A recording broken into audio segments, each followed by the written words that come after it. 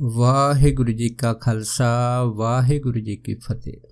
ਗੁਰੂ ਪਿਆਰੀ ਗੁਰੂ ਸਵਾਰੀ ਪਰਮ ਸਤਿਕਾਰਯੋਗ ਸਾਧ ਸੰਗਤ ਜੀਓ, ਅੱਜ ਦਾ ਸੰਤ ਮਹਾਂਪੁਰਖ ਬਾਬਾ ਮਹਾ ਹਰਨਾਮ ਸਿੰਘ ਜੀ ਦੀ ਚੱਲ ਰਹੀ ਲੜੀਵਾਰ ਪ੍ਰਸੰਗ ਕਥਾ ਦੇ ਤਹਿਤ ਉਹਨਾਂ ਦੇ ਅਗਲੇ ਜੀਵਨ ਦਰਸ਼ਨਾਂ ਦੀ ਜੋ ਕੜੀ ਆ ਦਾਸ ਆਪ ਸਾਰੀਆਂ ਸੰਗਤਾਂ ਨਾਲ ਸਾਂਝਾ ਕਰਦਾ ਹੈਗਾ। ਦੇਖੋ, ਜਦੋਂ ਸੰਤ ਮਹਾਂਪੁਰਖ ਬਾਬਾ ਮਹਾ ਹਰਨਾਮ ਸਿੰਘ ਜੀ ਆਪਣੇ ਸਮੇਂ ਦੇ ਵਿੱਚ ਸੰਗਤਾਂ ਦਾ ਉਧਾਰ ਕਰ ਰਹੇ ਸੀ, ਪਾਰ ਉਤਾਰਾ ਕਰ ਰਹੇ ਸੀ, ਉਹਨਾਂ ਸਮਿਆਂ ਦੇ ਵਿੱਚ ਕਰਾਚੀ ਸ਼ਹਿਰ ਦੇ ਅੰਦਰ ਦੋ ਸੇਠ ਰਹਿੰਦੇ ਸੀਗੇ। ਇਹ ਜਿਹੜੇ ਦੋਨੇ ਸੇਠ ਸੀ ਸਕੇ ਭਰਾ ਸੀ ਤੇ ਇਹ ਸੇਠ ਸਿੰਧੀ ਪਰਿਵਾਰ ਦੇ ਨਾਲ ਸੰਬੰਧ ਰੱਖਦੇ ਹੁੰਦੇ ਸੀ। ਇਹਨਾਂ ਸੇਠਾਂ ਦਾ ਘਰਾਣਾ ਬੜਾ ਅਮੀਰ ਸੀਗਾ ਤੇ ਦੂਸਰੀ ਗੱਲ ਇਹ ਸੀ ਕਿ ਇਹਨਾਂ ਦਾ ਜਿਹੜਾ ਵਪਾਰਕ ਕਿੱਤਾ ਸੀਗਾ ਉਹਨਾਂ ਟਾਈਮਾਂ ਦੇ ਵਿੱਚ ਇਹ ਸੀਗਾ ਹੀਰੇ ਜਵਾਹਰਾਤ ਦਾ। ਇਹ ਸੇਠ ਹੀਰੇ ਜਵਾਹਰਾਤ ਖਰੀਦਦੇ ਸੀ ਤੇ ਆਪਣੇ ਗਾਹਕਾਂ ਨੂੰ ਵੇਚਦੇ ਹੁੰਦੇ ਸੀ। ਤਾਂ ਕਰਾਚੀ ਸ਼ਹਿਰ ਦੇ ਅੰਦਰ ਉਹਨਾਂ ਦੇ ਦਿਨਾਂ ਦੇ ਵਿੱਚ ਇਹਨਾਂ ਦੀ ਇੱਕ ਬੜੀ ਮਸ਼ਹੂਰ ਦੁਕਾਨ ਹੁੰਦੀ ਸੀ।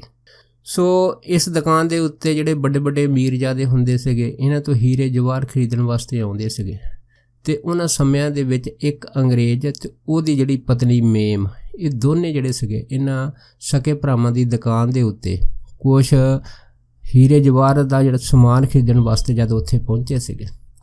ਤੇ ਉਹ ਜਿਹੜੀ ਅੰਗਰੇਜ਼ ਦੀ ਮੇਮ ਸੀਗੀ ਉਸਨੇ ਬਹੁਤ ਸਾਰੇ ਗਹਿਣੇ ਜਿਹੜੇ ਸੀਗੇ ਉਹ ਦੇਖੇ ਇਹਨਾਂ ਤੋਂ। ਜਦ ਉਹ ਗਹਿਣੇ ਪਾਉਣ ਵਾਸਤੇ ਦੇਖਦੀ ਰਹੀ, ਕੋਈ ਵੀ ਗਹਿਣਾ ਹੀਰੇ ਜਵਾਹਰਾਤ ਦਾ ਉਸ ਮੇਮ ਨੂੰ ਪਸੰਦ ਨਹੀਂ ਆਇਆ। ਜਦ ਪਸੰਦ ਨਹੀਂ ਆਇਆ, ਕਾਫੀ ਸਮਾਂ ਨਿਕਲ ਗਿਆ ਤੇ ਫਿਰ ਇਹਨਾਂ ਦੋਨਾਂ ਭਰਾਵਾਂ ਦੇ ਸੇਠ ਦੇ ਵਿੱਚੋਂ ਇੱਕ ਭਰਾ ਨੇ ਉਸ ਮੇਮ ਨੂੰ ਇਹ ਗੱਲ ਕਹਿਤੀ ਕਿ ਅਗਰ ਕੋਈ ਤੁਸੀਂ ਸਮਾਨ ਖਰੀਦਣਾ ਹੈਗਾ ਤਾਂ ਖਰੀਦ ਲਓ, ਨਹੀਂ ਤਾਂ ਤੁਸੀਂ ਸਾਡਾ ਸਮਾਂ ਖਰਾਬ ਨਾ ਕਰੋ, ਕਿਉਂਕਿ ਬਹੁਤ ਸਮਾਂ ਹੋ ਗਿਆ ਤੁਹਾਨੂੰ ਸਾਡੀ ਦੁਕਾਨ ਦੇ ਉੱਤੇ ਕੋਈ ਗਹਿਣਾ ਪਸੰਦ ਨਹੀਂ ਆਇਆ ਹੈਗਾ। ਜਦ ਇੰਨੀ ਗੱਲ ਹੋਈ ਆ ਤੇ ਉਹ ਜਿਹੜੀ ਮੇਮ ਸੀਗੀ ਉਹਦੇ ਅੰਦਰ ਕ੍ਰੋਧ ਆ ਗਿਆ, ਗੁੱਸਾ ਆ ਗਿਆ। ਤੇ ਉਹ ਜਿਹੜਾ ਅੰਗਰੇਜ਼ ਸੀ ਉਹਦੇ ਅੰਦਰ ਵੀ ਇਸ ਗੱਲ ਦਾ ਗੁੱਸਾ ਹੋ ਗਿਆ ਵੀ ਇਹ ਜਿਹੜੇ ਇੰਡੀਅਨ ਲੋਕੀ ਹੈਗੇ ਆ ਇਹਨਾਂ ਨੇ ਸਾਨੂੰ ਇਹ ਜਿਹੜੀ ਆ ਤਰਕ ਮਾਰ ਦਿੱਤੀ ਆ। ਹੁਣ ਦੇਖੋ, ਉਹਨਾਂ ਸਮਿਆਂ ਦੇ ਵਿੱਚ ਗੋਰਿਆਂ ਦਾ ਰਾਜ ਸੀਗਾ, ਇਸ ਕਰਕੇ ਆਮ ਜਿਹੜੇ ਲੋਕੀ ਸੀਗੇ ਉਹ ਗੋਰਿਆਂ ਦੇ ਮੂਹਰੇ ਬਹੁਤਾ ਬੋਲਣਾ ਪਸੰਦ ਨਹੀਂ ਸੀ ਕਰਦੇ, ਕਿਉਂਕਿ ਉਹਨਾਂ ਨੂੰ ਪਤਾ ਸੀਗਾ ਕਿ ਇਹ ਕਿਸੇ ਨਾ ਕਿਸੇ ਕੇਸ ਦੇ ਵਿੱਚ ਫਸਾ ਦਿੰਦੇ ਆ। ਪਰ ਜਦੋਂ ਸੇਠ ਦੇ ਭਰਾ ਨੇ ਉਸ ਗੋਰੀ ਨੂੰ ਇਹ ਗੱਲ ਆਖੀ ਸੀ ਕਿ ਤੁਸੀਂ ਸਾਡਾ ਸਮਾਂ ਬਰਬਾਦ ਨਾ ਕਰੋ, ਉਹ ਗੋਰੀ ਮੇਮ ਨੇ ਬੜਾ ਗੁੱਸਾ ਕੀਤਾ ਤੇ ਉਹਨੇ ਉਸੇ ਟਾਈਮ ਜਿਹੜਾ ਉਹਨੇ ਗਹਿਣਾ ਹੱਥ 'ਚ ਫੜਿਆ ਸੀਗਾ ਉਹ ਸੇਠ ਨੂੰ ਫੜਾਤਾ। ਫੜਾ ਕੇ ਤਾਂ ਉਹਨੂੰ ਨਾਲ ਹੀ ਜਿਹੜਾ ਸੀਗਾ ਉਹਦੇ ਗੁੱਸੇ ਦਾ ਜਵਾਬ ਗੁੱਸੇ ਵਿੱਚ ਦਿੱਤਾ। ਹੁਣ ਉਹਦਾ ਜਿਹੜਾ ਘਰ ਵਾਲਾ ਅੰਗਰੇਜ਼ ਸੀਗਾ ਉਹ ਗੁੱਸਾ ਤਾਂ ਉਹਦੇ ਮਨ ਵਿੱਚ ਵੀ ਆਇਆ, ਪਰ ਉਹ ਜਿਹੜਾ ਗੁੱਸਾ ਸੀਗਾ ਉਹਨੇ ਆਪਣੇ ਅੰਦਰ ਹੀ ਰੱਖਿਆ। ਪਰ ਜਦੋਂ ਉਹ ਸਾਹਿਬ ਗੋਰਾ ਤੇ ਉਹਦੀ ਜਿਹੜੀ ਘਰ ਵਾਲੀ ਮੇਮ ਆ, ਦੋਨੇ ਜਦੋਂ ਦੁਕਾਨ ਤੋਂ ਹੇਠਾਂ ਗੁੱਸੇ ਵਿੱਚ ਉਤਰਨ ਲੱਗੇ, ਕਾਹਲੀ ਦੇ ਵਿੱਚ ਜਦ ਉਹ ਦੁਕਾਨ ਤੋਂ ਬਾਹਰ ਸੀੜੀਆਂ ਦੇ ਉੱਤੇ ਆਏ, ਅਚਨਚੇਤ ਉਸ ਮੇਮ ਦਾ ਪੈਰ ਜਿਹੜਾ ਸੀਗਾ ਉਹ ਸੀੜੀਆਂ ਤੋਂ ਫਿਸਲ ਗਿਆ। ਜੋ ਹੀ ਪੈਰ ਉਹਦਾ ਸੀੜੀਆਂ ਤੋਂ ਫਿਸਲਿਆ ਮੇਮ ਦਾ, ਤੇ ਉਹ ਜਿਹੜੀ ਮੇਮ ਸੀਗੀ ਤਿਲ ਕੇ ਸੀੜੀਆਂ ਤੋਂ ਥੱਲੇ ਡਿੱਗ ਪਈ। ਜਦ ਥੱਲੇ ਡਿੱਗੀ ਆ ਤਾਂ ਉਹਦੇ ਸਿਰ ਦੇ ਉੱਤੇ ਸੱਟ ਵੱਜੀ ਤੇ ਸਿਰ ਦੇ ਵਿੱਚੋਂ ਬਹੁਤ ਸਾਰਾ ਖੂਨ ਨਿਕਲਣ ਲੱਗ ਪਿਆ। ਜਦ ਖੂਨ ਨਿਕਲਿਆ ਤੇ ਇਹ ਜਿਹੜੇ ਗੋਰੇ ਸੀਗੇ ਉਸਨੇ ਕੀ ਕੀਤਾ, ਉਸੇ ਟਾਈਮ ਇਸ ਮੇਮ ਨੂੰ ਚੱਕ ਕੇ ਹਸਪੀਟਲ ਲੈ ਗਿਆ ਤੇ ਸਿਰ ਦੀ ਸੱਟ ਵੱਜਣ ਕਰਕੇ ਉਹ ਜਿਹੜਾ ਖੂਨ ਸੀਗਾ ਉਹ ਮੇਮ ਦੇ ਬਾਹਰ ਨਿਕਲਣ ਦੀ ਬਜਾਏ ਅੰਦਰ ਸਿਰ ਦੇ ਵਿੱਚ ਜੰਮ ਗਿਆ। ਜਦ ਜੰਮ ਗਿਆ ਫਿਰ ਡਾਕਟਰਾਂ ਨੇ ਇਸ ਮੇਮ ਦਾ ਆਪਰੇਸ਼ਨ ਕੀਤਾ, ਪਰ ਇਹਦੇ ਵਿੱਚ ਡਾਕਟਰਾਂ ਨੂੰ ਕਾਮਯਾਬੀ ਨਾ ਮਿਲੀ ਤੇ ਉਹ ਜਿਹੜੀ ਮੇਮ ਸੀਗੀ ਉਹਦੀ ਮੌਤ ਜਿਹੜੀ ਸੀਗੀ ਇਸ ਸੱਟ ਕਾਰਨ ਲੱਗਣ ਕਰਕੇ ਹੋ ਗਈ। ਜਦੋਂ ਹੁਣ ਸੱਟ ਕਾਰਨ ਕਰਕੇ ਮੇਮ ਦੀ ਮੌਤ ਹੋਈ ਤਾਂ ਉਹ ਜਿਹੜਾ ਉਸ ਮੇਮ ਦਾ ਘਰ ਵਾਲਾ ਸੀਗਾ ਉਹਨੇ ਗੁੱਸੇ ਵਿੱਚ ਆ ਕੇ ਇਹ ਜਿਹੜੀ ਰਿਪੋਰਟ ਸੀਗੀ ਇਹ ਥਾਣੇ ਦਰਜ ਕਰਾਤੀ ਕਿ ਇਹਨਾਂ ਦੋਨਾਂ ਸੇਠ ਭਰਾਵਾਂ ਨੇ ਮੇਰੀ ਘਰ ਵਾਲੀ ਦਾ ਖੂਨ ਕਰ ਦਿੱਤਾ ਹੈਗਾ। ਜਦ ਇਹ ਜਿਹੜੀ ਰਿਪੋਰਟ ਸੀ ਇਹਨਾਂ ਸੇਠਾਂ ਦੇ ਖਿਲਾਫ ਕੀਤੀ, ਫਿਰ ਜਿਹੜੀ ਪੁਲਿਸ ਆਈ ਤੇ ਇਹਨੇ ਦੋਨੇ ਸਕੇ ਭਰਾਵਾਂ ਸੇਠਾਂ ਨੂੰ ਜਿਹੜੀ ਸੀ ਉਹ ਫੜ ਕੇ ਲੈ ਗਈ ਤੇ ਇਹਨਾਂ ਦੋਨਾਂ ਨੂੰ ਜੇਲ੍ਹ ਦੇ ਵਿੱਚ ਡੱਕ ਦਿੱਤਾ ਤੇ ਇਹਨਾਂ ਦੇ ਉੱਤੇ ਫਿਰ ਮੁਕੱਦਮਾ ਸ਼ੁਰੂ ਹੋ ਗਿਆ। ਜਦ ਕਤਲ ਮੁਕੱਦਮਾ ਸ਼ੁਰੂ ਹੋ ਗਿਆ ਤੇ ਫਿਰ ਸੇਠਾਂ ਨੂੰ ਵੀ ਇਸ ਗੱਲ ਦਾ ਪਤਾ ਲੱਗ ਗਿਆ ਵੀ ਭਾਈ ਗੋਰਿਆਂ ਦਾ ਰਾਜ ਹੈਗਾ ਤੇ ਇਸ ਗੋਰੇ ਨੇ ਸਾਡੇ ਉੱਤੇ ਕਤਲ ਕੇਸ ਦਾ ਮੁਕੱਦਮਾ ਦਾਇਰ ਕਰ ਦਿੱਤਾ ਹੈਗਾ, ਜਦ ਕਿ ਸਾਡਾ ਇਹਦੇ ਵਿੱਚ ਕੋਈ ਕਸੂਰ ਨਹੀਂ ਹੈਗਾ। ਪਰ ਹੁਣ ਗੋਰਿਆਂ ਦੇ ਰਾਜ ਦੇ ਵਿੱਚ ਇਕੱਲੀ ਅੰਗਰੇਜ਼ਾਂ ਦੀ ਚੱਲਦੀ ਸੀ, ਕਿਉਂਕਿ ਵਕੀਲ ਵੀ ਅੰਗਰੇਜ਼ ਸੀਗੇ ਤੇ ਖਾਸ ਕਰਕੇ ਜਿਹੜੇ ਜੱਜ ਸੀਗੇ ਉਹ ਵੀ ਅੰਗਰੇਜ਼ ਸੀਗੇ ਉਹਨਾਂ ਟਾਈਮਾਂ ਦੇ ਵਿੱਚ।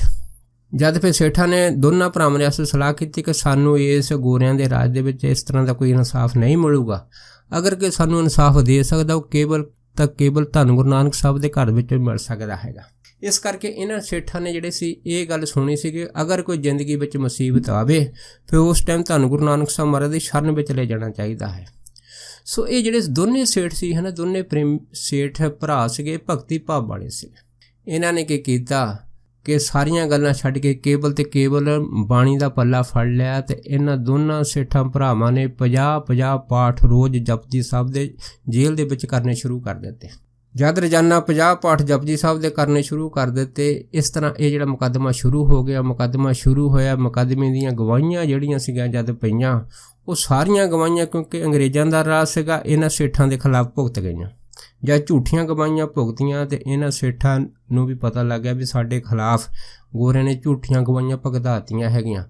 ਇਸ ਕਰਕੇ ਇਹਨਾਂ ਦੋਨਾਂ ਭਰਾਵਾਂ ਨੇ ਹਿੰਮਤ ਨਹੀਂ ਛੱਡੀ, ਬੜੀ ਦਲੇਰੀ ਦੇ ਨਾਲ ਜਿੱਥੇ ਰੋਜ਼ 50 ਪਾਠ ਕਰਦੇ ਸੀਗੇ ਉੱਥੇ 25 ਪਾਠ ਹੋਰ ਰੋਜ਼ਾਨਾ ਵਧਾਤੇ। ਇਸ ਤਰ੍ਹਾਂ ਕਰਦੇ ਕਰਦੇ ਦੋਨਾਂ ਭਰਾਵਾਂ ਨੇ 75 ਪਾਠ ਜਪਜੀ ਸਾਹਿਬ ਦੇ ਰੋਜ਼ਾਨਾ ਕਰਨੇ ਸ਼ੁਰੂ ਕਰ ਦਿੱਤੇ। ਜਦ 75 ਪਾਠ ਰੋਜ਼ਾਨਾ ਕਰਨੇ ਸ਼ੁਰੂ ਕੀਤੇ, ਉਸ ਤੋਂ ਬਾਅਦ ਇੱਕ ਦਿਨ ਅੰਮ੍ਰਿਤ ਵੇਲੇ ਧੰਨ ਗੁਰੂ ਨਾਨਕ ਸਾਹਿਬ ਮਹਾਰਾਜ ਦੇ ਇਹਨਾਂ ਦੋਨਾਂ ਭਰਾਵਾਂ ਨੂੰ ਦਰਸ਼ਨ ਹੋ ਗਏ। ਜਦ ਦਰਸ਼ਨ ਹੋ ਗਏ, ਜਦ ਇਸ ਦਰਸ਼ਨ ਦੀ ਝਲਕ ਦੋਨਾਂ ਭਰਾਵਾਂ ਨੇ ਧੰਨ ਗੁਰੂ ਨਾਨਕ ਸਾਹਿਬ ਮਹਾਰਾਜ ਦੀ ਤੱਕੀ ਸੀ ਤੇ ਦਰਸ਼ਨ ਦੇਖਤ ਹੀ ਸੁਧ ਕੀ ਨਾ ਸੁਧ ਰਹੀ, ਬੁੱਧ ਕੀ ਨਾ ਬੁੱਧ ਰਹੀ, ਮਤ ਮੇ ਨਾ ਮਤ, ਐਸੀ ਹਾਲਤ ਹੋ ਗਈ। ਤੇ ਫਿਰ ਧੰਨ ਗੁਰੂ ਨਾਨਕ ਸਾਹਿਬ ਮਹਾਰਾਜ ਨੇ ਇੱਕੋ ਹੀ ਗੱਲ ਇਹਨਾਂ ਦੋਨਾਂ ਸੇਠਾਂ ਭਰਾਵਾਂ ਨੂੰ ਆਖੀ ਸੀ ਕਿ ਤੁਸੀਂ ਫਿਕਰ ਨਾ ਕਰੋ, ਤੁਸੀਂ ਬਰੀ ਹੋ ਜਾਓਗੇ। ਬਸ ਇੰਨੀ ਗੱਲ ਕਹਿ ਕੇ ਧੰਨ ਗੁਰੂ ਨਾਨਕ ਸਾਹਿਬ ਮਹਾਰਾਜ ਦਾ ਉਹ ਜਿਹੜਾ ਦ੍ਰਿਸ਼ ਸੀਗਾ ਦਰਸ਼ਨਾਂ ਦਾ, ਉਹ ਉੱਥੋਂ ਅਲੋਪ ਹੋ ਗਿਆ। ਜਦ ਅਲੋਪ ਹੋ ਗਿਆ ਤੇ ਇਹਨਾਂ ਦੋਨਾਂ ਭਰਾਵਾਂ ਦੇ ਅੰਦਰ ਖੁਸ਼ੀ ਦੀ ਕੋਈ ਹੱਦ ਨਾ ਰਹੀ।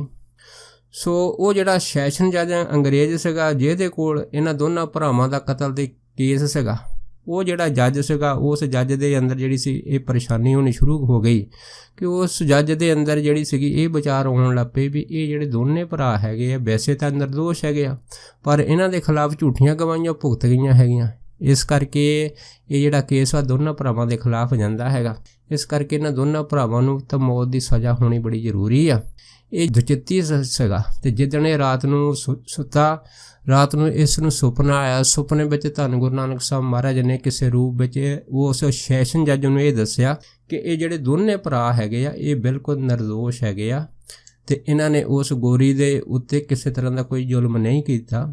ਉਹ ਗੋਰੀ ਜਿਹੜੀ ਸੀਗੀ ਉਹ ਸੀੜੀਆਂ ਤੋਂ ਪੈਰ ਤਿਲ ਕੇ ਫਿਸਲ ਕੇ ਉਹਦੀ ਸੱਟ ਲੱਗੀ ਸੀ, ਫੇਰ ਉਹਦੀ ਮੌਤ ਹੋਈ ਸੀ, ਪਰ ਇਹ ਦੋਨੇ ਭਰਾ ਨਿਰਦੋਸ਼ ਹੈਗੇ ਆ। ਜਦ ਇਹ ਸੁਪਨਾ ਸੈਸ਼ਨ ਜੱਜ ਨੂੰ ਆਇਆ ਸੀਗਾ, ਜਦ ਉਹ ਜਾਗ ਗਈ ਬੜਾ ਹੈਰਾਨ ਹੋ ਗਿਆ ਕਿ ਸੁਪਨੇ ਦੇ ਵਿੱਚ ਮੈਨੂੰ ਸਾਰਾ ਕੁਝ ਦੱਸਿਆ ਗਿਆ ਹੈਗਾ। ਪਰ ਹੁਣ ਸੈਸ਼ਨ ਜੱਜ ਜਿਹੜਾ ਗੋਰਾ ਸੀਗਾ ਉਹਨੇ ਮਨ 'ਚ ਸੋਚਿਆ ਵੀ ਸੁਪਨਾ ਤਾਂ ਸੁਪਨਾ ਹੀ ਆ, ਇਹ ਤਾਂ ਮੇਰਾ ਵਹਿਮ ਲੱਗਦਾ ਹੈਗਾ। ਪਰ ਉਸਨੇ ਇਸ ਸੁਪਨੇ ਵੱਲ ਕੋਈ ਧਿਆਨ ਨਹੀਂ ਦਿੱਤਾ। ਅਖੀਰ ਜਦ ਇਸ ਫੈਸਲੇ ਦਾ ਅੰਤਮ ਦਿਨ ਆਇਆ ਹਨ ਤੇ ਉਹ ਜਿਹੜਾ ਜੱਜ ਸੀਗਾ ਉਹ ਦੁਚਿੱਤੀ 'ਚ ਫਸਿਆ ਹੋਇਆ ਸੀਗਾ ਕਿ ਕਿੱਦਾਂ ਮੈਂ ਇਹਨਾਂ ਨੂੰ ਮੌਤ ਦੀ ਸਜ਼ਾ ਦੇਵਾਂ ਜਾਂ ਨਾ ਦੇਵਾਂ। ਜਦ ਉਹ ਦੁਚਿੱਤੀ 'ਚ ਫਸਿਆ ਹੋਇਆ ਸੀਗਾ ਤੇ ਇਸ ਤਰ੍ਹਾਂ ਸੋਚਦੇ ਸੋਚਦੇ ਉਹਨੇ ਜਦ ਅਦਾਲਤ ਦੇ ਵਿੱਚ ਪੈਨ ਚੱਕ ਕੇ ਇਸ ਫੈਸਲੇ ਦਾ ਅੰਤਮ ਜਦ ਨਿਰਣਾ ਲੈਣ ਦਾ ਵਿਚਾਰ ਬਣਾਇਆ, ਜੋ ਹੀ ਉਸ ਜੱਜ ਨੇ ਕਲਮ ਚੱਕੀ ਸੀ ਤੇ ਉਸੇ ਟਾਈਮ ਇੱਕ ਬੜੀ ਗੈਬੀ ਕੜਕਵੀਂ ਆਵਾਜ਼ ਉਸ ਜੱਜ ਨੂੰ ਸੁਣਾਈ ਦਿੱਤੀ। ਉਸ ਜੱਜ ਨੇ ਇਹ ਸੁਣਿਆ ਕਿ ਭਾਈ ਖਬਰਦਾਰ, ਅਗਰ ਤੈਂ ਇਹਨਾਂ ਦੋਨਾਂ ਸੇਠਾਂ ਦੇ ਖਿਲਾਫ ਕਿਸੇ ਤਰ੍ਹਾਂ ਦਾ ਕੋਈ ਵੀ ਜਿਹੜਾ ਫੈਸਲਾ ਇਹਨਾਂ ਦੇ ਵਿਰੁੱਧ ਦੇ ਵਿੱਚ ਲਿਆ ਹੈਗਾ।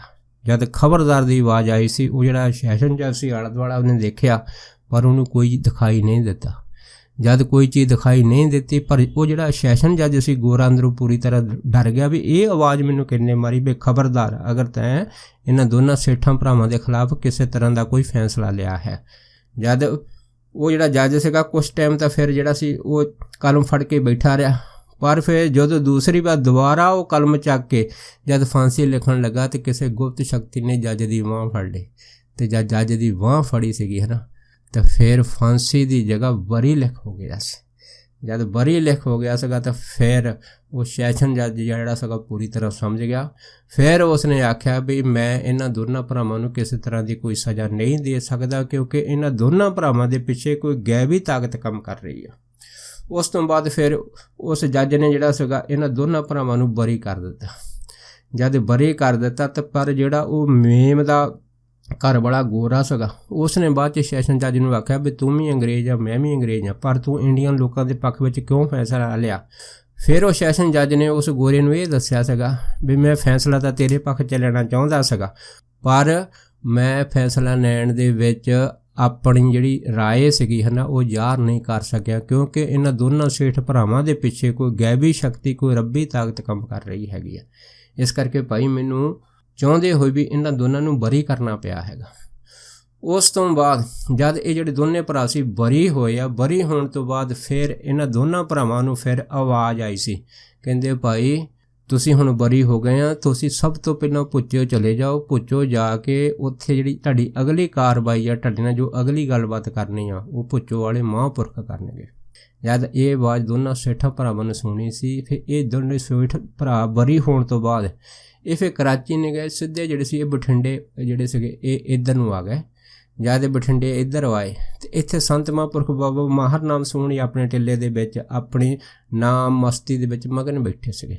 ਜਦੋਂ ਮਗਨ ਬੈਠੇ ਸੀ ਫਿਰ ਉਸ ਟਾਈਮ ਮਹਾਂਪੁਰਖਾਂ ਨੇ ਭਾਈ ਨੀਲਾ ਸਿੰਘ ਅਤੇ ਭਾਈ ਰਤਨ ਸਿੰਘ ਡਰੋਲੀ ਦੋਨਾਂ ਨੂੰ ਆਵਾਜ਼ ਮਾਰੀ, ਕਹਿਣ ਲੱਗੇ, ਕਹਿੰਦੇ ਭਾਈ ਕਰਾਚੀ ਵਾਲੇ ਜਿਹੜੇ ਦੋ ਸੇਠ ਆ ਉਹ ਅੱਜ ਹੀ ਬਰੀ ਹੋ ਕੇ ਸਾਡੇ ਵੱਲ ਆ ਰਹੇ ਆ ਅਤੇ ਤੁਸੀਂ ਉਹਨਾਂ ਨੂੰ ਜਾ ਕੇ ਹੈ ਨਾ ਬਠਿੰਡੇ ਸਟੇਸ਼ਨ ਤੋਂ ਲੈ ਕੇ ਸਾਡੇ ਪਾਸ ਪਹੁੰਚ ਜਾਓ।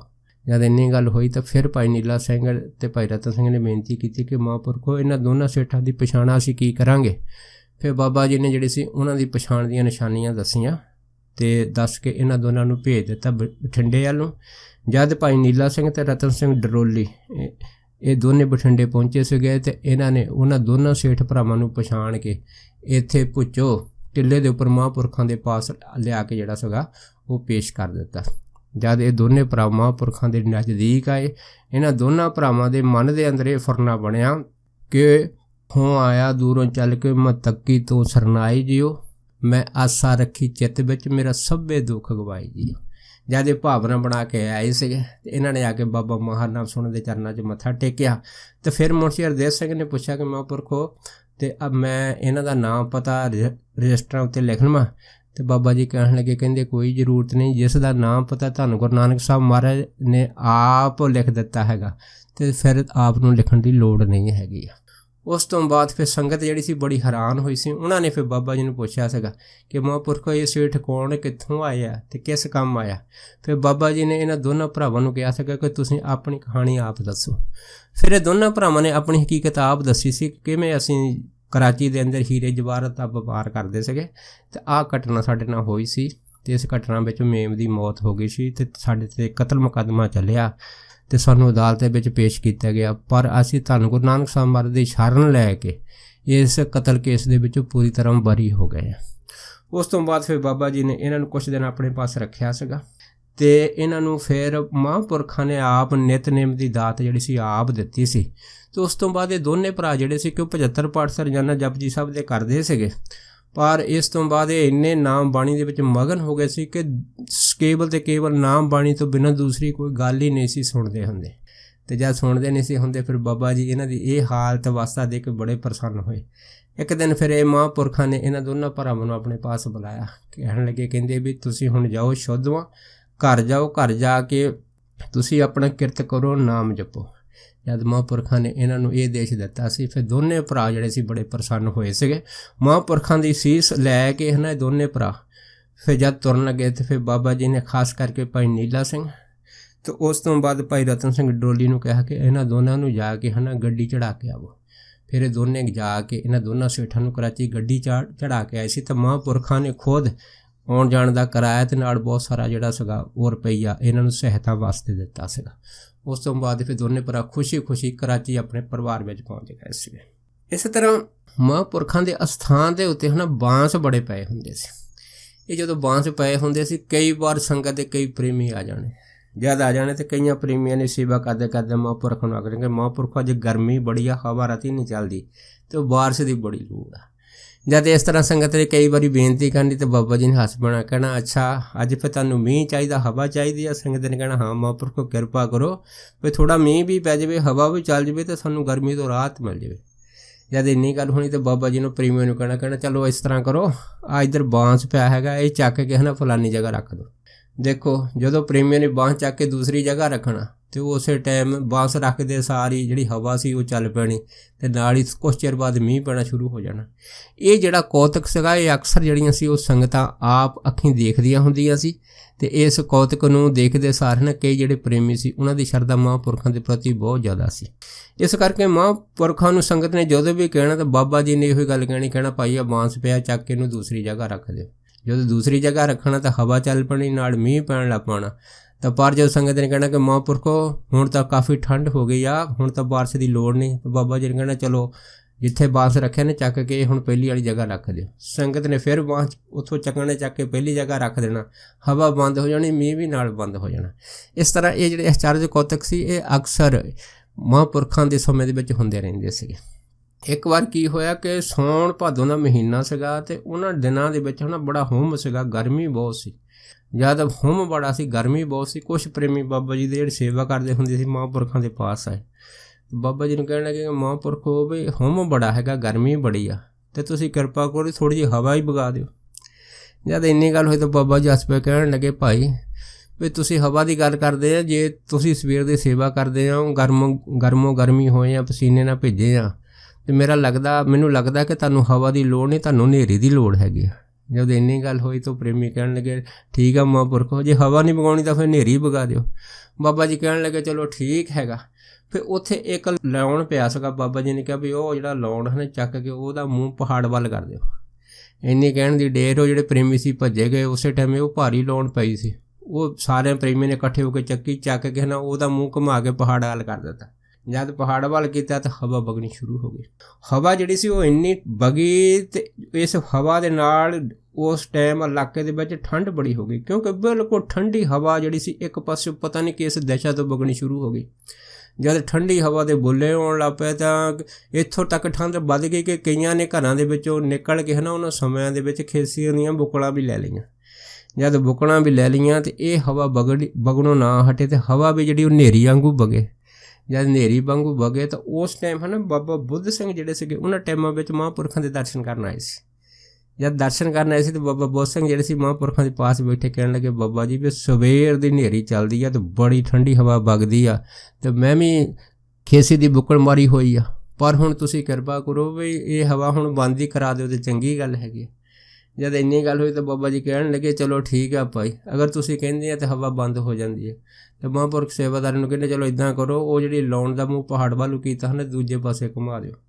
ਦੇਖੋ ਜਦੋਂ ਲਾਉਣ ਦਾ ਮੂੰਹ ਜਿਹੜਾ ਪਹਾੜਾਂ ਨੂੰ ਕੀਤਾ ਜਾਂ ਦੂਜੇ ਪਾਸੇ ਕੀਤਾ ਤੇ ਫਿਰ ਉਹ ਹਨੇਰੀ ਵਗਣੀ ਬੰਦ ਹੋ ਗਈ ਤੇ ਫਿਰ ਜਿਹੜਾ ਸਗੋਂ ਪਹਿਲੇ ਵਾਂਗੂ ਸ਼ਾਂਤੀ ਹੋ ਗਈ। ਜਾਂ ਸ਼ਾਂਤੀ ਹੋ ਗਈ ਤੇ ਬਾਬਾ ਜੀ ਨੂੰ ਜਿਹੜੇ ਪ੍ਰੇਮੀ ਸੀ ਇਕੱਠੇ ਹੋ ਕੇ ਕਹਿਣ ਲੱਗੇ ਕਹਿੰਦੇ ਮਹਾਂਪੁਰਖੋ ਆਹ ਤਾਂ ਕੰਮ ਬਹੁਤ ਸੌਖਾ ਹੈਗਾ ਵੀ ਹਵਾ ਚਾਹੀਦੀ ਆ ਤੇ ਬਾਂਹ ਚੱਕ ਕੇ ਇੱਧਰ ਉੱਧਰ ਰੱਖ ਦੇਈਦਾ, ਤੇ ਜੇ ਮੀਂਹ ਚਾਹੀਦਾ ਹੈਗਾ ਤੇ ਆਹ ਚੀਜ਼ ਜਿਹੜੀ ਲਾਉਣ ਹੈਗੀ ਚੱਕ ਕੇ ਇਹਦਾ ਮੂੰਹ ਪਹਾੜਾਂ ਵੱਲ ਨੂੰ ਕਰ ਦੇਈਦਾ। ਜਦ ਇਸ ਤਰ੍ਹਾਂ ਦੀ ਵਿਚਾਰ ਚੱਲੀ ਤਾਂ ਮਹਾਂਪੁਰਖ ਕਹਿਣ ਲੱਗੇ ਕਹਿੰਦੇ ਨਹੀਂ ਭਾਈ, ਇਹਨਾਂ ਬਾਂਸਾਂ ਵਿੱਚ ਤੇ ਲਾਉਣਾ ਵਿੱਚ ਕੁਛ ਨਹੀਂ ਰੱਖਿਆ ਹੈਗਾ। ਮੀਂਹ ਇਸ ਤਰ੍ਹਾਂ ਥੋੜ੍ਹਾ ਪੈਂਦੇ ਆ, ਮੀਂਹ ਤਾਂ ਭਾਈ ਪਰਮੇਸ਼ਰ ਦੇ ਹੁਕਮ ਦੇ ਨਾਲ ਪੈਂਦੇ ਆ। ਅਸੀਂ ਹੁਕਮ ਦੇ ਨਾਲ ਹੀ ਬਾਂਸ ਇੱਕ ਜਗ੍ਹਾ ਤੋਂ ਚੁਕਾ ਕੇ ਦੂਜੀ ਜਗ੍ਹਾ ਰਖਾ ਦਿੰਦੇ ਹਾਂ ਤੇ ਹੁਕਮ ਦੇ ਨਾਲ ਹੀ ਇਹ ਜਿਹੜੀ ਲਾਉਣਾ ਇਹਦਾ ਮੂੰਹ ਜਿਸ ਦਸ਼ਾ ਵੱਲੋਂ ਪਰਮੇਸ਼ਰ ਦਾ ਹੁਕਮ ਹੁੰਦਾ ਉੱਧਰ ਨੂੰ ਕਰ ਦਿੰਦੇ ਆ। ਇਹ ਸਾਰੀ ਹੁਕਮ ਦੀ ਖੇਡ ਹੈਗੀ ਆ। ਜਦ ਮਹਾਂਪੁਰਖ ਨੇ ਇਸ ਤਰ੍ਹਾਂ ਸੰਗਤ ਨੂੰ ਸਮਝਾਇਆ ਫਿਰ ਸੰਗਤ ਚੁੱਪ ਕਰ ਗਈ। ਫਿਰ ਬਾਬਾ ਜੀ ਕਹਿਣ ਲੱਗੇ ਕਹਿੰਦੇ ਭਾਈ ਇਸ ਤਰ੍ਹਾਂ ਨਾ ਕਰਿਓ ਕਿ ਤੁਸੀਂ ਇਹਨਾਂ ਬਾਂਸਾਂ ਬਦਲੇ ਤੇ ਲਾਉਣਾ ਬਦਲੇ ਬਾਅਦ ਦੇ ਵਿੱਚ ਲੜਦੇ ਫਿਰੋ। ਅਸਲ ਗੱਲ ਹੁਕਮ ਦੀ ਹੈਗੀ ਆ ਤੇ ਜਿਹੜਾ ਇਨਸਾਨ ਰੱਬ ਦੇ ਨਾਲ ਬੰਦਗੀ ਕਰਕੇ ਪਰਮੇਸ਼ਰ ਦੇ ਹੁਕਮ ਨੂੰ ਸਮਝ ਜਾਂਦਾ ਹੈ ਨਾ, ਫਿਰ ਉਹ ਹੁਕਮ ਦੀ ਖੇਡ ਜਾਂਦਾ ਹੈਗਾ ਤੇ ਫਿਰ ਉਹਨੂੰ ਪਤਾ ਲੱਗਦਾ ਹੈ ਕਿ ਪਰਮੇਸ਼ਰ ਦਾ ਜਿਹੜਾ ਖੁਸ਼ੀ ਹੈਗੀ ਆ ਉਹਦਾ ਹੀ ਜਿਹੜੀ ਮੇਨ ਮਨਸਾ ਕੀ ਆ, ਉਹ ਮਨਸਾ ਉਹਦੇ ਹੁਕਮ ਦੇ ਪਿੱਛੇ ਛੁਪੀ ਹੁੰਦੀ ਆ। ਸੋ ਜਦੋਂ ਮਹਾਂਪੁਰਖਾਂ ਨੇ ਸੰਗਤ ਨੂੰ ਇਸ ਤਰ੍ਹਾਂ ਜਿਹੜਾ ਸੀਗਾ ਇਹ ਹੁਕਮ ਦੀ ਸਾਰੀ ਖੇਡ ਦੱਸੀ ਸੀਗੀ ਤੇ ਫਿਰ ਸੰਗਤ ਸੁਣ ਕੇ ਬੜੀ ਪ੍ਰਸੰਨ ਹੋਈ ਸੀ। ਸੋ ਉਹਨਾਂ ਟਾਈਮਾਂ ਦੇ ਵਿੱਚ ਮਹਾਂਪੁਰਖ ਬਾਬਾ ਬੁੱਧ ਸਿੰਘ ਉਹਨਾਂ ਦਾ ਇੱਕ ਪੋਤਰਾ ਸੀਗਾ। ਇਹ ਜਿਹੜਾ ਪੋਤਰਾ ਇਹਦਾ ਨਾਂ ਸੀਗਾ ਗੁਲਵੰਤ ਸਿੰਘ। ਇਹ ਜਿਹੜਾ ਗੁਲਵੰਤ ਸਿੰਘ ਪੋਤਰਾ ਸੀਗਾ ਇਹ ਵੀ ਇੱਕ ਵਾਰ ਦੱਸਦਾ ਸੀਗਾ ਕਿ ਮਹਾਂਪੁਰਖਾਂ ਦੇ ਅਸਥਾਨ ਦੇ ਕੋਲ ਇੱਕ ਬਣ ਦਾ ਦਰਖਤ ਸੀਗਾ ਤੇ ਇਹ ਜਿਹੜਾ ਬਣ ਦਾ ਦਰਖਤ ਸੀਗਾ ਇਹ ਅੰਦਰੋਂ ਇੱਕ ਜਗ੍ਹਾ ਪੋਲਾ ਸੀਗਾ ਤੇ ਉਹਦੇ ਵਿੱਚ ਇੱਕ ਖੁੱਡ ਸੀਗੀ। ਕਹਿੰਦੇ ਉਸ ਖੁੱਡ ਦੇ ਵਿੱਚ ਇੱਕ ਨਾ ਘੁੱਗੂ ਰਹਿੰਦਾ ਹੁੰਦਾ ਸੀਗਾ। ਇਹ ਜਿਹੜਾ ਘੁੱਗੂ ਹੁੰਦਾ ਸੀਗਾ ਇਹ ਬੋਲਦਾ ਹੁੰਦਾ ਸੀਗਾ ਤੇ ਮਹਾਂਪੁਰਖਾਂ ਨੇ ਇਸ ਜਿਹੜਾ ਘੁੱਗੂ ਆ ਇਸ ਦਾ ਨਾਂ ਬੜੇ ਪ੍ਰੇਮ ਦੇ ਨਾਲ ਅਲਫਾ ਰੱਖਿਆ ਸੀਗਾ। ਇਹ ਜਿਹੜਾ ਅਲਫਾ ਨਾਂ ਦਾ ਘੁੱਗੂ ਸੀ, ਜਦੋਂ ਮਹਾਂਪੁਰਖਾਂ ਨੇ ਇਸ ਅਲਫਾ ਨਾਂ ਦੇ ਘੁੱਗੂ ਨੂੰ ਪ੍ਰੇਮ ਦੇ ਨਾਲ ਕਹਿਣਾ ਵੀ ਭਾਈ ਤੂੰ ਸਾਨੂੰ ਨਾਮ ਸੁਣਾ, ਤੇ ਇਹ ਘੁੱਗੂ ਨੇ ਬੋਲਣਾ ਸ਼ੁਰੂ ਕਰ ਦੇਣਾ। ਜਦ ਆਪਣੀ ਬੋਲੀ 'ਚ ਬੋਲਣ ਤਾਂ ਮਹਾਂਪੁਰਖਾਂ ਨੇ ਬੜੇ ਪ੍ਰਸੰਨ ਹੋਣਾ। ਇੱਕ ਵਾਰੀ ਕੀ ਹੋਇਆ ਕਿ ਜਦੋਂ ਸੰਗਤ ਆਉਂਦੀ ਹੁੰਦੀ ਸੀ ਤਾਂ ਬਾਬਾ ਜੀ ਨੇ ਸੰਗਤ ਨੂੰ ਕਹਿ ਤਾ, ਕਹਿੰਦੇ ਅੱਜ ਸਾਡਾ ਜਿਹੜਾ ਅਲਫਾ ਹੈਗਾ ਇਸ ਦੇ ਜਿਹੜਾ ਮੁੱਢ ਹੈਗਾ ਉਹਦੇ ਕੋਲ ਇੱਕ ਜਲ ਦਾ ਥੋੜ੍ਹਾ ਜਿਹਾ ਮਿੱਟੀ ਦਾ ਬਾਟਾ ਰੱਖ ਦਿਓ ਅਤੇ ਕੁਛ ਜਿਹੜੇ ਦਾਣੇ ਰੋਜ਼ ਖਿਲਾਰ ਦਿਆ ਕਰੋ। ਜਦ ਪ੍ਰੇਮੀਆਂ ਦੀ ਇਹ ਸੇਵਾ ਮਹਾਂਪੁਰਖਾਂ ਨੇ ਲਾਈ ਸੀਗੀ ਅਤੇ ਇੱਕ ਵਾਰ ਸੰਗਤ ਆਈ। ਜਦ ਬਾਹਰੋਂ ਸੰਗਤ ਆਈ ਬਾਬਾ ਜੀ ਨੂੰ ਕਹਿਣ ਲੱਗੇ, ਕਹਿੰਦੇ ਬਾਬਾ ਜੀ ਵੀ ਜਿਹੜਾ ਮੀਂਹ ਹੈ ਨਾ ਬਹੁਤ ਢੇਰ ਹੋ ਗਈ, ਮੀਂਹ ਨਹੀਂ ਪੈਂਦਾ ਹੈਗਾ, ਤੁਸੀਂ ਅਗਰ ਕਹੋ ਤਾਂ ਅਸੀਂ ਬਾਂਸ ਚੱਕ ਕੇ ਦੂਜੀ ਜਗ੍ਹਾ ਰੱਖ ਦਈਏ। ਜਦ ਇੰਨੀ ਗੱਲ ਹੋਈ ਬਾਬਾ ਜੀ ਹੱਸ ਪਏ, ਕਹਿੰਦੇ ਭਾਈ ਬਾਂਸ ਚੱਕਣ ਦੀ ਕਿਉਂ ਲੋੜ ਆ, ਇਹ ਕੰਮ ਤਾਂ ਸਾਡਾ ਅਲਫਾ ਹੀ ਕਰ ਸਕਦਾ ਹੈਗਾ। ਜਦ ਇੰਨੀ ਸੰਗਤ ਹੈਰਾਨ ਹੋਈ, ਕਹਿਣ ਕਿ ਬਾਬਾ ਜੀ ਅਲਫਾ ਕੀ ਆ? ਬਾਬਾ ਜੀ ਕਹਿਣ, ਕਹਿੰਦੇ ਭਾਈ ਉਹ ਬਣ ਦੇ ਉੱਤੇ ਰਹਿੰਦਾ ਹੈਗਾ, ਕਿਉਂਕਿ ਇਹ ਜਿਹੜਾ ਘੁੱਗੂ ਸੀਗਾ ਇਹ ਉਸ ਖੁੱਡ 'ਚ ਰਹਿੰਦਾ ਹੁੰਦਾ ਸੀਗਾ ਅਤੇ ਜਿਹੜੇ ਮਹਾਂਪੁਰਖ ਉੱਥੇ ਜਲ ਅਤੇ ਕੁਛ ਦਾਣੇ ਇਹਦੇ ਮੁੱਢ ਦੇ ਕੋਲ ਖਿਲਾਰੇ ਹੁੰਦੇ ਸੀਗਾ। ਇਹ ਦਾਣੇ ਕੁਛ ਖਾ ਕੇ ਅਤੇ ਪਾਣੀ ਪੀ ਕੇ ਦੁਬਾਰਾ ਫੇਰ ਖੁੱਡ 'ਚ ਉੱਥੇ ਅੰਦਰ ਬੈਠਾ ਰਹਿੰਦਾ ਸੀਗਾ। ਜਦ ਖੁੱਡ 'ਚ ਫੇਰ ਬੈਠਾ ਰਹਿੰਦਾ ਸੀ ਮਹਾਂਪੁਰਖਾਂ ਨੇ ਆਵਾਜ਼ ਮਾਰੀ, ਕਹਿੰਦੇ ਅਲਫਾ ਬਾਹਰ ਆ। ਜਦ ਇੰਨੀ ਗੱਲ ਹੋਈ ਆ ਅਤੇ ਇਹ ਜਿਹੜਾ ਘੁੱਗੂ ਸੀਗਾ ਇਹ ਖੁੱਡ 'ਚੋਂ ਨਿਕਲ ਕੇ ਬਾਹਰ ਟਾਹਣੀ 'ਤੇ ਬੈਠ ਗਿਆ। ਸਾਰੀ ਸੰਗਤ ਨੇ ਦੇਖਿਆ, ਸਾਰੀ ਸੰਗਤ ਜਿਹੜੀ ਦੇਖ ਕੇ ਹੱਸਣ ਲੱਗ ਪਈ। ਅਤੇ ਬਾਬਾ ਜੀ ਕਹਿਣ ਲੱਗੇ, ਕਹਿੰਦੇ ਅਲਫਾ ਸੰਗਤ ਆਈ ਆ, ਇਹ ਕਹਿੰਦੀ ਵੀ ਭਾਈ ਮੀਂਹ ਚਾਹੀਦਾ ਹੈਗਾ ਅੱਜ, ਇਸ ਕਰਕੇ ਤੂੰ ਹੁਣ ਮੀਂਹ ਪਵਾ ਦੇ। ਜਦ ਇੰਨੀ ਗੱਲ ਹੋਈ ਤਾਂ ਇਹ ਜਿਹੜਾ ਅਲਫਾ ਘੁੱਗੂ ਸੀਗਾ ਬੋਲਣ ਲੱਗ ਪਿਆ। ਜੋ ਹੀ ਘੁੱਗੂ ਬੋਲਣ ਲੱਗਾ, ਬੋਲਣ ਦੇ ਨਾਲ ਹੀ ਕਾਲੀਆਂ ਘਟਾ ਚੜੀਆਂ ਅਤੇ ਦੱਸਦੇ ਵੀ ਮੀਂਹ ਬੜਾ ਪਿਆ। ਜਦ ਮੀਂਹ ਬੜਾ ਪਿਆ ਸੰਗਤ ਹੈਰਾਨ ਹੋ ਗਈ। ਉਸ ਤੋਂ ਬਾਅਦ ਇਹ ਫਿਰ ਸੰਗਤ ਕਹਿਣ ਲੱਗੀ ਮਹਾਂਪੁਰਖੋ ਹੁਣ ਬਸ ਕਰੋ। ਬਾਬਾ ਜੀ ਕਹਿਣ ਲੱਗੇ ਵੀ ਤੁਸੀਂ ਅਲਫਾ ਨੂੰ ਬੋਲੋ ਵੀ ਭਾਈ ਮੀਂਹ ਬੰਦ ਕਰਾਵੇ। ਜਦ ਇੰਨੀ ਗੱਲ ਹੀ ਸੰਗਤ ਫੇਸ ਘੁੱਗੂ ਕੋਲ ਗਈ, ਕਹਿਣ ਲੱਗੇ ਵੀ ਅਲਫਾ ਮਹਾਂਪੁਰਖਾਂ ਦਾ ਹੁਕਮ ਆ ਵੀ ਮੀਂਹ ਬੰਦ ਕਰਾ ਦੇ। ਜਦ ਇੰਨੀ ਗੱਲ ਹੋਈ ਇਹ ਘੁੱਗੂ ਬੋਲਣੋਂ ਹਟ ਗਿਆ ਅਤੇ ਨਾਲ ਹੀ ਜਿਹੜਾ ਸੀਗਾ ਉਹ ਮੀਂਹ ਬੰਦ ਹੋ ਗਿਆ। ਇਸ ਕਰਕੇ ਇਸ ਤਰ੍ਹਾਂ ਦੇ ਜਿਹੜੇ ਕੌਤਕ ਸੀਗੇ ਹਨ ਮਹਾਂਪੁਰਖਾਂ ਦੇ ਟੇਲੇ ਦੇ ਉੱਤੇ ਸੰਗਤਾਂ ਆਉਂਦੀਆਂ ਸੀ, ਆਪ ਅੱਖੀਂ ਦੇਖਦੀਆਂ ਹੁੰਦੀਆਂ ਸੀ, ਬੜੀਆਂ ਹੈਰਾਨ ਹੁੰਦੀਆਂ ਸੀਗੀਆਂ। ਸੋ ਇਹ ਮਹਾਂਪੁਰਖਾਂ ਦੇ ਉਸ ਸਮੇਂ ਦੇ ਅਨੇਕਾਂ ਕੌਤਕ ਜਿਹੜੇ ਸਹਿਜ ਦੇ ਵਿੱਚ ਹੀ ਹੁੰਦੇ ਸੀ ਅਤੇ ਜਿਨ੍ਹਾਂ ਨੂੰ ਅੱਖੀਂ ਦੇਖ ਕੇ ਸੰਗਤਾਂ ਜਿਹੜੀਆਂ ਬੜੀਆਂ ਪ੍ਰਸੰਨ ਹੁੰਦੀਆਂ ਸੀ ਅਤੇ ਨਾਲ ਮਹਾਂਪੁਰਖਾਂ ਦੀ ਸੇਵਾ ਜਿਹੜੀ ਸੀ ਉਹ ਦੁੱਗਣੀ ਚੌਗੁਣੀ ਬੜੇ ਉਤਸ਼ਾਹ ਦੇ ਨਾਲ ਕਰਦੀਆਂ ਸੀਗੀਆਂ। ਸੋ ਦਾਸ ਇੰਨੇ ਹੀ ਬਚਨ ਮਹਾਂਪੁਰਖਾਂ ਦਾ ਕਰਦਿਆਂ ਹੋਇਆ ਖਿਮਾ ਦਾ ਜਾਚਕੋ ਆ ਜੀ, ਹੋਈਆਂ ਬੇਅੰਤ ਭੁੱਲ ਚੁੱਕਾਂ ਦੀ ਖਿਮਾ ਬਖਸ਼ਣੀ। ਸੋ ਫਤਿਹ ਬੁਲਾਓ। ਵਾਹਿਗੁਰੂ ਜੀ ਕਾ ਖਾਲਸਾ, ਵਾਹਿਗੁਰੂ ਜੀ ਕੀ ਫਤਿਹ।